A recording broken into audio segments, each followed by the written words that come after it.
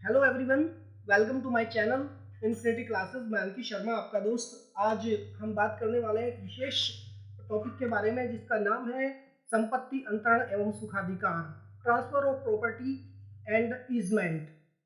तो दोस्तों चलिए बात करते हैं अपने टॉपिक की ओर। तो इसमें हम कुछ विशेष प्रश्नों को हल करेंगे जो मोस्टली एग्जाम में आते हैं। ये हमारी पार्ट ए वीडियो है। अगर आपका साथ और सहयोग मिला था, पार्ट 2 वीडियो भी आपके लिए पेश की जाएगी। आइए चलते हैं टॉपिक की ओर। तो दोस्तों सबसे पहले हमारा जो टॉपिक है वो है अनुयोज्य दावे।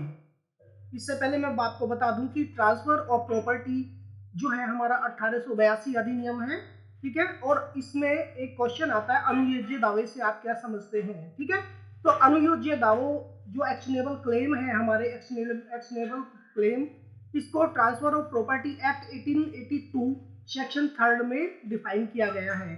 तो ये क्या होता है हमारा, ये हमारा जो है, जो किसी अप्रतिभूत ऋण का दावा हो, यानी कि अप्रतिभूत ऋण से मतलब होता है हमारा जैसे अनसिक्योर्ड लोन होता है, ठीक है। जो अनसिक्योर्ड लोन होता है उससे संबंधित ये होता है, ठीक है। दूसरा, चल संपत्ति में लाभदायक का हित का दावा। अगर कोई मूवेबल प्रॉपर्टी है उसमें जो लाभदायक हित का कोई दावा करता है तो यहाँ पे उससे मतलब होता है। नंबर 3 पॉइंट है हमारा दोस्तों कि एक ऐसा ऋण या लाभदायक हित का दावा जो वर्तमान, भावी या सशर्त या संभावित हो। वर्तमान जैसे एक हाथ दे, आपको 100 रुपए दिए और आपसे लेना है।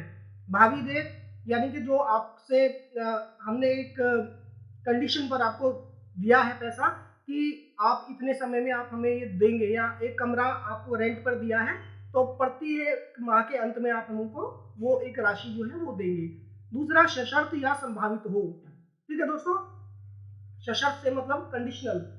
जैसे आप एक सुनार है, सुनार से आप 10 रुपए लेते हैं या कुछ पैसा उधार लेते हैं, तो उसमें क्या होता है, वो आपको आप उसके पास में कुछ गिरवी रखते हैं, अपना गोल्ड गिरवी रखते हैं, तब वो आपको जो है वो पैसा देगा, ठीक है। अब हम बात करते हैं वाद योग्य दावे का जो अंतरण है वो कैसा होता है।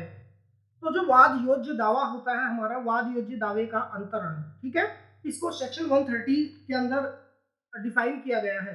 वाद योग्य दावा का जो अंतरण हो रहा है होता है, यानी कि ट्रांसफर ऑफ एक्शनेबल क्लेम। कहने का मतलब ये है कि अगर किसी अंतरणकर्ता ने एक लिखित पत्र का निष्पादन किया है, ठीक है, या लिखित पत्र के निष्पादन द्वारा जिस पर अंतरणकर्ता के हस्ताक्षर हो, केवल वही प्रभावित किया जाएगा, वही प्रभावित होगा जिस पर अंतरणकर्ता के सिग्नेचर होंगे। ध्यान दें कि इस दस्तावेज के लिए ये जरूरी नहीं है कि इसका रजिस्ट्रीकरण हो, ठीक है। उदाहरण के लिए हम बात करते हैं जैसे कि LIC है। LIC के जो दस्तावेज होता है उस पर सारी कंडीशंस अप्लाई होती है, सारी कंडीशंस हमारी लिखी होती हैं, ठीक है। अब बात करते हैं वाद योज्य दावा और केवल वाद करने का अधिकार, ठीक है। वाद योज्य दावा, वाद योज्य दावा का मतलब होता है मैंने राम नरेश भाई को 500 रुपए दिए, ठीक है। अब मैं उनसे 500 रुपए लेता हूं, लेकिन मैं ये कह सकता हूं किसी तीसरे व्यक्ति को कि आप नरेश भाई से हमारे 500 रुपए ले लेना। तो ये एक वाद योज्य दावा, इसको हम अंतरणीय कर सकते हैं, यानी कि अपना अधिकार मैं किसी दूसरे व्यक्ति को प्रदान कर रहा हूं, इसलिए जो वाद योज्य दावा है हमारा ये अंतरणीय है, ठीक है। वाद योज्य दावा आप लोग समझ गए होंगे। अब बात करते हैं हम केवल दावा करने का अधिकार, ठीक है। जो दावा करने का हमारा अधिकार होता है वो अंतरणीय नहीं होता। इसका कारण ये है कि एक व्यक्ति जो दावा कर रहा है, ठीक है, वही जो उससे संबंधित वाद है, जो उससे संबंधित चीजें हैं, उनको वही जानता है। इसमें सत्यता का अभाव रहता है अगर हम अंतरणीय करते हैं, इसलिए जो वाद दावा करने का अधिकार होता है वो अंतरणीय नहीं होता, ठीक है। अब हम दोस्तों बात करते हैं हमारे अचल संपत्ति के बारे में, ठीक है। जो अचल संपत्ति हमारी क्या होती है। अचल संपत्ति को संपत्ति अंतरण अधिनियम यानी कि transfer of property act 1882 section 3 में डिफाइन किया गया है। यानी कि संपत्ति अंतरण अधिनियम 1882 की धारा 3 में इसकी परिभाषा नकारात्मक है, ठीक है। जिसमें खड़ी हुई इमारती लकड़ी, उगती हुई फसलें और घास शामिल नहीं है।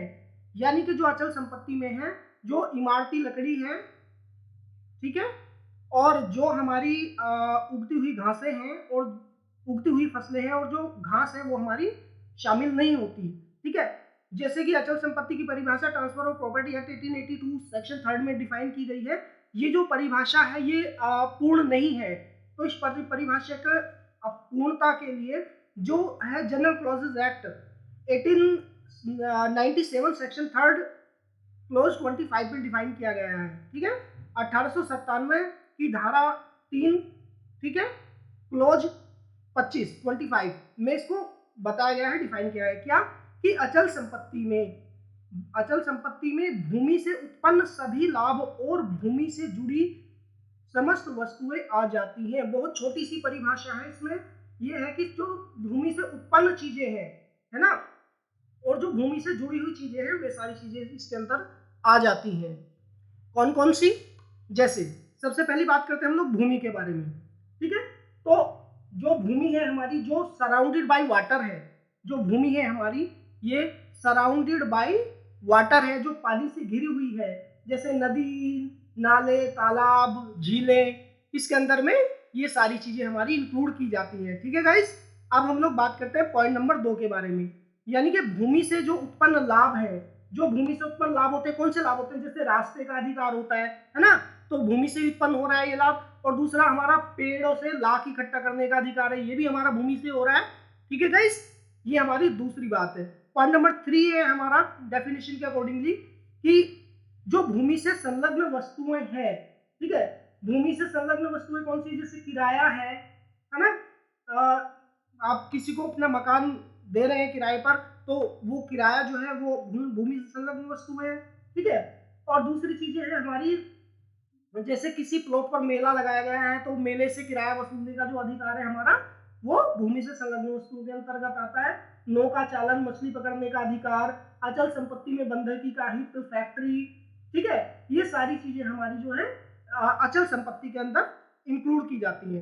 ठीक है गाइस, अब हम लोग बात करते हैं, बहुत इंपॉर्टेंट पॉइंट है, ये संपत्तियां कौन सी हैं? ठीक है, कौन सी? जैसे पूजा करने का अधिकार है, तो पूजा करने का अधिकार कौन सी संपत्ति है? बताइए, चलिए मैं बता देता हूं। पूजा करने का अधिकार हमारी चल संपत्ति है। ठीक है, यानी कि मूवेबल प्रॉपर्टी, ये हमारी चल संपत्ति है। ठीक है, आप बात करते हैं प्रॉफिट ए पेंड्रे, प्रॉफिट ए प्रेंडे। जो प्रॉफिट ए प्रेंडे होता है, पहले इसको समझ लेते हैं, प्रॉफिट ए प्रेंडे क्या होता है। ठीक है, ये एक प्रकार का सुखाधिकार होता है, ठीक है, जिसके द्वारा किसी व्यक्ति को भूमि से या भूमि पर होने वाले लाभ को ग्रहण करने का अधिकार प्राप्त होता है। ठीक है, तो ये जो लाभ, क्योंकि भूमि से रिलेटेड है और भूमि से होने वाला जो लाभ है हमारा, ये वो लाभ है, इसलिए जो प्रॉफिट प्रेंडे है ये हमारी अचल संपत्ति है। ठीक है, ये इमूवेबल प्रॉपर्टी है। ठीक है गाइस, अब बात करते हैं रॉयल्टी। रॉयल्टी यानी कि अगर आप कोई किताब लिखते हैं तो रॉयल्टी का मतलब होता है अधिकार शुल्क, जिस पर आपका अधिकार बनता है ना। रॉयल्टी का मतलब होता है आपका अधिकार शुल्क, ध्यान देंगे, अधिकार शुल्क। ठीक है, तो जो ये हमारा रॉयल्टी है, ये कौन सी हमारी संपत्ति है? ठीक है, ये हमारी चल संपत्ति। अब कॉपीराइट है हमारा एज रॉयल्टी एज कॉपीराइट। ठीक है, तो जो हमारी कॉपीराइट है किस प्रकार की हमारी संपत्ति होती है दोस्तों? ये भी हमारी चल संपत्ति होती है। ठीक है, और पेटेंट जो है ये हमारी कौन सी संपत्ति होगी? ये भी हमारी चल संपत्ति होगी। ओके गाइस, अभी हम लोग बात करेंगे, हमारा जो नेक्स्ट पॉइंट है हमारा कि संपत्ति अंतरण। ठीक है, तो जो संपत्ति अंतरण है, इसको ट्रांसफर ऑफ प्रॉपर्टी को जो हमारा सेक्शन 5 है, ठीक है, यानी कि 1882 transfer of property act section 5 में इसको डिफाइन किया गया है। ठीक है, इसमें क्या परिभाषित किया गया है इसमें कि एक जीवित व्यक्ति, क्योंकि इससे पहले हम वीडियो में बता चुके हैं, इसलिए शॉर्ट में चलते हैं इसको लेकर के। एक जीवित व्यक्ति किसी दूसरे व्यक्ति को, वो भी व्यक्ति जीवित होना चाहिए, यानी कि एक जीवित व्यक्ति किसी अन्य जीवित व्यक्ति या व्यक्तियों को, क्योंकि एक से अधिक भी हो सकता है, ठीक है, संपत्ति से संबंधित हित का अंतरण करता है। ठीक है, जो हमारा संपत्ति अंतरण अधिनियम कहलाता है, जिसको सेक्शन 5 में डिफाइन किया गया है। ध्यान देंगे, सेक्शन 5 में संपत्ति अंतरण की परिभाषा है। ठीक है, अब संपत्ति अंतरण से संबंधित जो बात है वो कौन कौन सी है? पहली बात हमारी क्या है? जीवित व्यक्ति, यानी कि संपत्ति अंतरण के लिए सबसे पहला पॉइंट हमारा ये है कि एक व्यक्ति का जीवित व्यक्ति होना चाहिए। ठीक है, यानी कि कहने का मतलब ये है कि जो अंतरण के व्यवहार के अंतर्गत संपत्ति का अंतरण करने वाला और अंतरित दोनों ही जीवित होने चाहिए, जो कि हमारा नियम भी है। ठीक है, लेकिन जीवित व्यक्तियों के अंतर्गत कानूनी व्यक्तित्व रखने वाली संस्थाएं, है ना, क्योंकि जैसे कि आप जानते हैं हमारे जो संस्था है, कंपनी है, ये हमारी आर्टिफिशियल पर्सन होती है, कृत्रिम व्यक्ति होती है। ठीक है, ये सारी चीजें हमारी इसके अंदर आ जाती हैं। ठीक है, और दूसरी बात वो क्या होना चाहिए, संपत्ति होनी चाहिए। संपत्ति क्या होती है हमारी, संपत्ति यानी कि जो ठोस चीज होती है, जिससे जो स्वामित्व के आधार का विषय होती है, या जो जिस पर स्वामित्व होता है, जिस पर स्वामित्व का अधिकार होता है। ठीक है, तो क्या होना चाहिए, हमारी संपत्ति होनी चाहिए। और तीसरी बात होनी चाहिए हमारी संपत्ति का अंतरण, यानी कि जो हमारा अंतरण हो रहा है वो संपत्ति का होना चाहिए। ठीक है, तो ये हमारे जो ट्रांसफर ऑफ प्रॉपर्टी के एसेंशियल एलिमेंट्स है। ठीक है गाइस, वेरी इंपॉर्टेंट। ठीक है, अब हम बात करेंगे transfer of property act 1882 section 6, यानी कि संपत्ति अंतरण अधिनियम 1882 के धारा 6 में वो कौन कौन सी चीजें हैं, इस प्रकार के क्वेश्चन भी आ जाते हैं परीक्षाओं में, कि वो कौन कौन सी चीजें हैं जिनका अंतरण नहीं किया जाएगा। ठीक है गाइस, तो बात करते हैं कौन सी चीजें हैं जिनका अंतरण हम लोग नहीं कर सकते। तो जैसे केवल उत्तराधिकार की संभावना है, इसका अंतरण नहीं होगा। हालांकि इसको धारा 6 क्लॉज ए में डिफाइन किया गया है कि केवल किसी व्यक्ति या केवल किसी संपत्ति के उत्तराधिकार से मिलने की संभावना का अंतरण नहीं किया जा सकता। ठीक है, संभावना के अंतरण के अंतर्गत जो है हमारे किसी व्यक्ति के वारिस की विरासत की संभावना होती है ना, या किसी कुल्य की मृत्यु हो जाने पर नातेदार जो आ जाते हैं, है ना, तो ये इस प्रकार की जो संभावनाएं होती है, केवल ये संभावनाएं हमारी ट्रांसफरेबल नहीं होंगी। ठीक है, अगली बात होती है पुनः प्रवेश का अधिकार।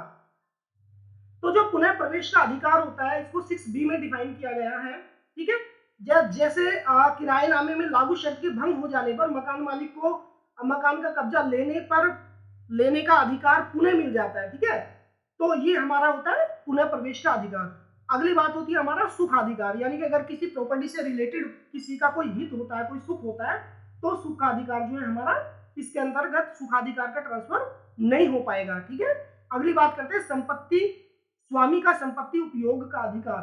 ठीक है, जो स्वामी का संपत्ति उपयोग का अधिकार है, इसका मतलब ये है जैसे मुस्लिम विधि में मुतवल्ली होता है, काजी होता है ना, या सरकारी नौकरी होती है, सेवा होती है, यजमान वृत्ति होती है, आजीविका इनाम, है ना, ये सारी चीजें जो होंगी, ये एक व्यक्ति के व्यक्ति विशेष से संबंधित चीजें होंगी। ठीक है, कौन कौन सी चीजें होंगी, जैसे नौकरी है, ठीक है, यजमान है, इनाम है, आजीविका है, मुतवल्ली है, तो ये सारी चीजें जो है एक व्यक्ति विशेष की होती है, इसलिए इन चीजों का जो है ट्रांसफर नहीं किया जा सकता। ठीक है गाइस, अगली बात है हमारी भरण पोषण का अधिकार। देखिए, अगर सपोज कीजिए आप हैं और आप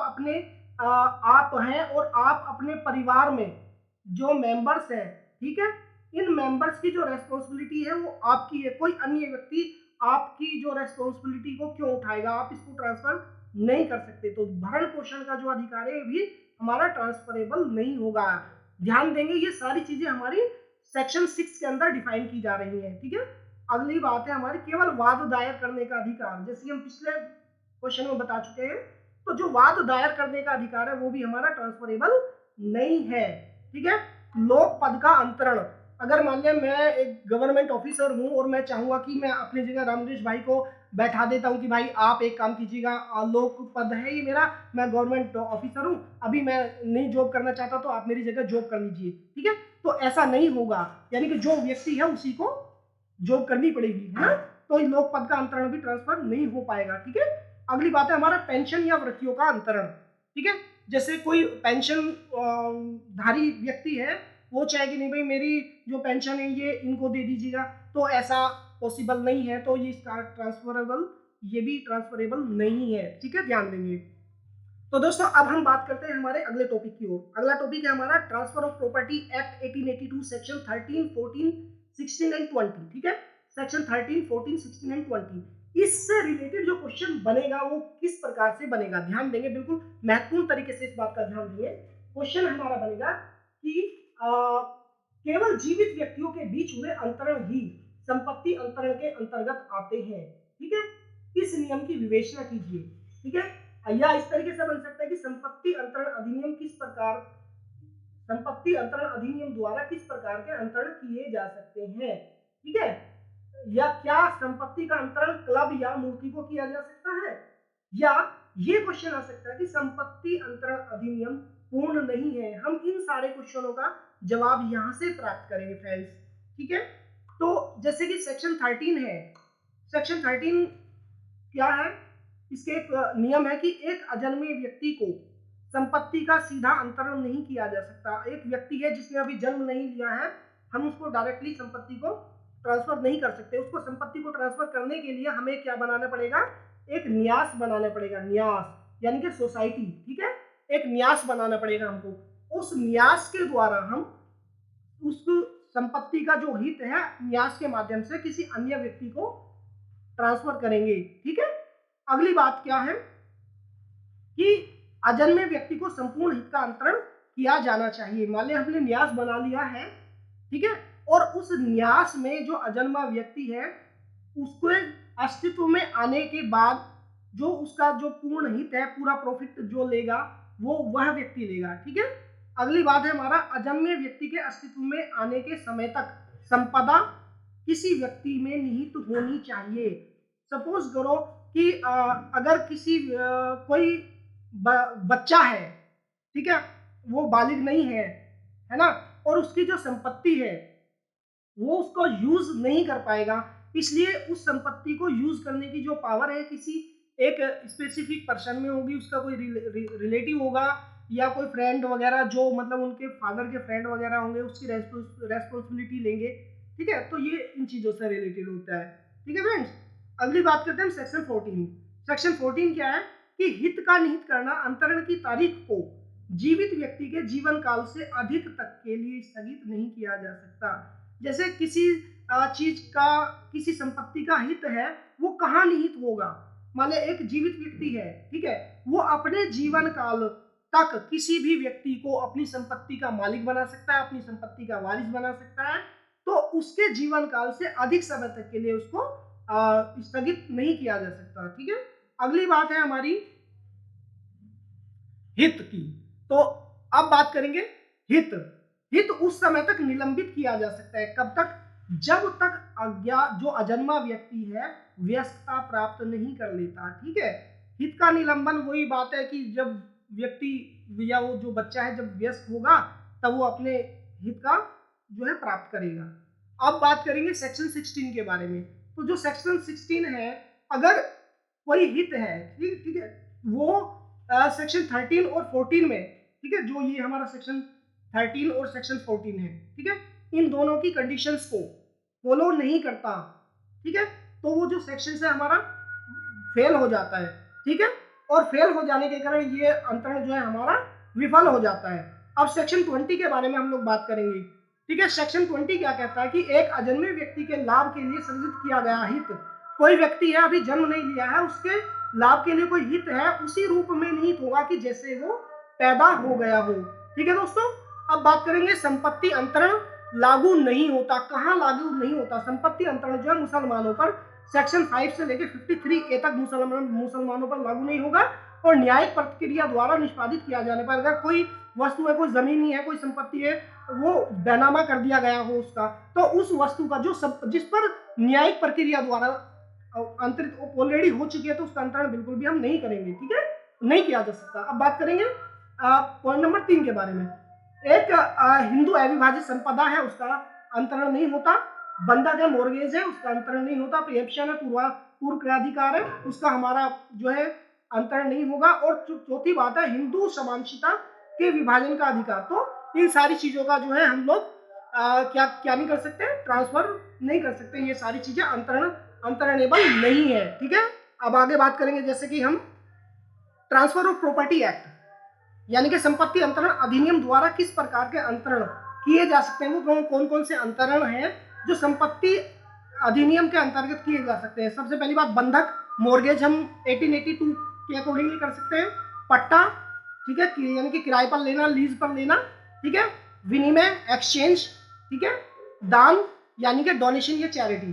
हमारी ये चार चीजें, चार एसेंशियल पॉइंट्स हैं कि जो टीपीए के द्वारा किए जा सकते हैं, संपत्ति अंतरण अधिनियम के द्वारा ये चार प्रकार के जो है अंतरण किए जा सकते हैं। ठीक है, अब बात करेंगे क्या संपत्ति अंतरण क्लब को किया जा सकता है। जी हाँ, संपत्ति का जो अंतरण है क्लब को इसलिए किया जा सकता है, जैसे कि आपको पहले बताया गया है कि सेक्शन 5 में कि एक जीवित व्यक्ति द्वारा किसी दूसरे जीवित व्यक्ति को किया गया अंतरण वैध होता है। अब ध्यान दें, क्लब है ये हमारा एक कृत्रिम व्यक्ति है। ठीक है, क्लब के अंदर जो राइट्स है वो समाहित होते हैं, इसलिए हम इसको अंतरण कर सकते हैं। ठीक है फ्रेंड्स, अगली बात हम करेंगे टीपीए पूर्ण है या नहीं। जो ट्रांसफर ऑफ प्रॉपर्टी अधिनियम है सर्वांग पूर्ण है कि नहीं है। देखिए बात करते हैं, ट्रांसफर संपत्ति अंतरण अधिनियम पूर्ण अधिनियम नहीं है। कारण क्योंकि इसके अंदर कुछ चीजें ऐसी हैं कि जैसे भारतीय संविधान अधिनियम 1872 है, यानी कि ये कॉन्ट्रैक्ट भी है, कॉन्ट्रैक्ट के अकॉर्डिंगली भी इसमें कार्य किया जाता है। और भारतीय रजिस्ट्रीकरण अधिनियम 1908, जो भारतीय रजिस्ट्रीकरण अधिनियम है 1908 के जो रूल्स है इसके अंदर फॉलो किए जाते हैं। और जो जनरल क्लॉजेज एक्ट है हमारा 1897 के जो रूल्स एंड प्रोविजंस है वो इसके अंदर हमारे शामिल है। इसके कारण ये अपने आप में पूर्ण नहीं है, क्योंकि ये अन्य एक्ट की भी मदद लेता है। ठीक है दोस्तों, आशा करता हूं आप लोग समझ रहे होंगे। ठीक है, अब बात करें दोस्तों हम शाश्वतता के विरुद्ध नियम, जो शाश्वतता के विरुद्ध सिद्धांत है उसके बारे में बात करेंगे। जो शाश्वतता का विरुद्ध सिद्धांत है, ट्रांसफर ऑफ प्रॉपर्टी एक्ट संपत्ति अंतरण अधिनियम 1882 की धारा 14, 1882 के जो सेक्शन 14 है इसके अंदर में इसको डिफाइन किया गया है। सबसे पहले हम जानते हैं शाश्वतता के विरुद्ध नियम क्या है। बिल्कुल ध्यान देने वाली बात यह है कि मान लिया एक व्यक्ति है, ठीक है, या ऐसे समझ लीजिए इसको कि एक संपत्ति है। ठीक है, किसी भी संपत्ति के दो स्वामी होते हैं, दो स्वामी, एक दो। पहला स्वामी जिसकी रियल में है, REL रियल में है, ठीक है, और जिसकी रियल में नहीं है, यानी कि SOCIAL। किसी भी व्यक्ति के इस तरीके से दो दायित्व होते हैं, तो अपना खुद का दायित्व होता है, दूसरा सामाजिक दायित्व होता है। यानी कि शाश्वतता के विरुद्ध जो नियम है इसका ये है कि एक व्यक्ति अपनी संपत्ति का जो दुरुपयोग नहीं कर सकता सामाजिक दृष्टिकोण से। ठीक है, तो उसे जो है सारे जो नियम है उनको अपनाना पड़ेगा जो सामाजिक हित में है ना। तो इसको हम समझ सकते हैं कि शाश्वतता या सर्वकालीनता के विरुद्ध नियम के अनुसार व्यक्ति को कुछ व्यक्ति की सीमा तक, ठीक है, किसी संपत्ति के प्रयोग, अंतरण, दुरुपयोग और निपटारे आदि संबंध में पूर्ण स्वतंत्रता दी जा सकती है और कहीं वही उसकी इस स्वतंत्रता में हस्तक्षेप नहीं कर सकता। लेकिन यदि संपत्ति का स्वामी एक निश्चित सीमा के बाहर अंतरण करेगा तो ऐसा अंतरण जो है सामाजिक हित और आर्थिक दबाव के कारण कानून द्वारा अमान्य होता है। ठीक है, मान लिया अगर एक सोसाइटी के अंदर आप लोग केमिकल वाली कोई फैक्ट्री खोल रहे हैं, केमिकल वाली कोई कंपनी बना रहे हैं, तो इस प्रकार का जो अंतरण जो है अवैध होगा। ठीक है, अब शाश्वतता के विरुद्ध जो नियम है उसके आवश्यक तत्व जो है एसेंशियल एलिमेंट्स के बारे में हम लोग बात करने जा रहे हैं। ठीक है, तो जो इसके एसेंशियल एलिमेंट्स है, सबसे पहले बात करते हैं दोस्तों हम संपत्ति का अंतरण। तो जो संपत्ति का अंतरण है तभी लागू होगा जब संपत्ति सेल होगी, है ना, या दान के द्वारा अंतरित की जाए। ठीक है, और वसीयत है, पारिवारिक समझौते हैं, समर्पण है, परित्याग है, यानी कि रिलीज है, इन मामलों में जो शाश्वतता का नियम है वो लागू नहीं होता। किन मामलों में? जैसे वसीयत, पारिवारिक समझौते या समर्पण, इन मामलों में हमारा संपत्ति अंतरण का नियम जो है हमारा लागू नहीं होता। अब बात करते हैं व्यस्तता के बारे में। तो जो व्यस्तता है ये 18 वर्ष या 21 वर्ष, या तो 18 वर्ष होगी या फिर 21 वर्ष होगी। ठीक है, दो प्रकार की हमारी व्यस्तता है। जैसे भारतीय व्यस्तता अधिनियम 1875 है ना, जो 1875 का अधिनियम है उसमें नाबालिग की न्यूनतम आयु जो 18 वर्ष घोषित की गई है। लेकिन अगर बात करते हैं नाबालिग के शरीर और संपत्ति की सुरक्षा के लिए न्यायालय द्वारा किसी संरक्षक की ही नियुक्ति की जाती है तो वहां पर उसकी उम्र 21 साल होती है। यानी कि अगर कोर्ट के द्वारा किसी के गार्जियंस की नियुक्ति की जा रही है तो वहां पर उसकी जो एज होगी वो 21 ईयर होगी। ठीक है, तो व्यस्तता प्राप्त करने पर जो है केवल व्यस्तता के आधार पर ही वो वैलिड नहीं होगा, है ना। तो अब बात करते हैं नाबालिग की इस आयु से अधिक समय के लिए किया गया अंतरण शून्य और अवैध होगा। जो नाबालिगी की आयु निर्धारित की गई है तो उससे अधिक समय के लिए किया गया अंतरण जो है वो इनवैलिड है, ठीक है, यानी कि मोर देन डिक्लेयर्ड एज, ठीक है। अब बात करते हैं संपत्ति के हित का निर्माण। जो संपत्ति के हित का निर्माण है, कहने का मतलब ये है कि जो संपत्ति का हित का निर्माण है इसमें कि एक संपत्ति के अंतरण के फलस्वरूप संपत्ति की सीमाओं के अंतर्गत किसी हित का निर्माण होना, है ना। जो संपत्ति की सीमाएं हैं उसके अंतर्गत किसी हित का निर्माण होना, और वही इसके विपरीत एक ऐसे हित जो अंतरित की जाने वाली संपत्ति से संबंधित नहीं है, जैसे संपत्ति जैसे व्यक्तिगत सुविधा है ना, उनके बारे में शाश्वतता के जो सिद्धांत है वो लागू नहीं होते। कौन सी चीजें के बारे में, जब कौन सी चीज के बारे में, व्यक्तिगत संविदा, है ना, पर्सनल कॉन्ट्रैक्ट, ठीक है, जो हमारा व्यक्तिगत संविदा है इसमें हमारा शाश्वतता का नियम लागू नहीं होता, ठीक है। अब बात करते हैं शाश्वतता का नियम संभावनाओं पर आधारित होता है।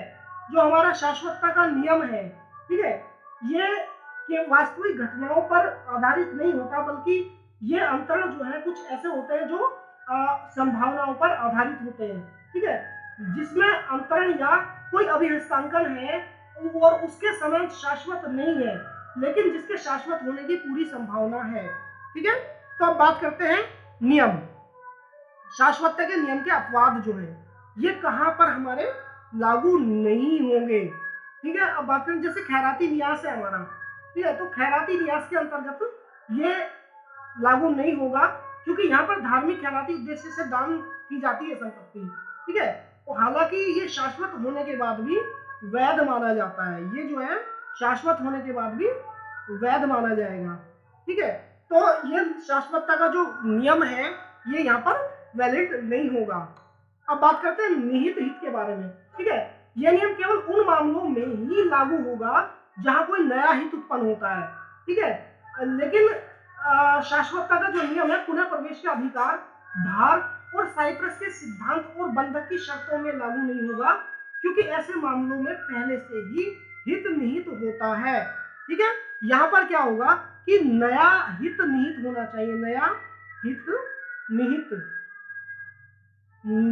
निहित होना चाहिए, ठीक है। अब बात करते हैं जो हमारी व्यक्तिगत संविधाएं हैं, जैसे कि हमने यहाँ पर भी बताया था, ठीक है। तो व्यक्तिगत संविधाएं जो है यहाँ पर भी हमारा जो ये हित जो है वैलिड नहीं होता, ठीक है। ध्यान देंगे व्यक्तिगत संविधा पर ये हित हमारा लागू नहीं होगा, ठीक है। तो दोस्तों ये हमने कुछ क्वेश्चंस है इनको डिफाइन किया है, क्योंकि वीडियो ज्यादा बड़ी हो जाएगी इसलिए इन पॉइंटों का हमने समझाया है। आगे पूरी बुक जो आधी बुक बची है हमारी उसको नेक्स्ट पार्ट में क्लियर करेंगे। अगर आपका सहयोग मिला तो आशा करते हैं आप समझ गए होंगे, और अगर आपको वीडियो पसंद आई हो लाइक करें, सब्सक्राइब करें, शेयर करें बाय रिक्वेस्ट, ठीक है। धन्यवाद, नमस्कार, आपका परीक्षा अच्छी हो, शुभ हो, नमस्कार।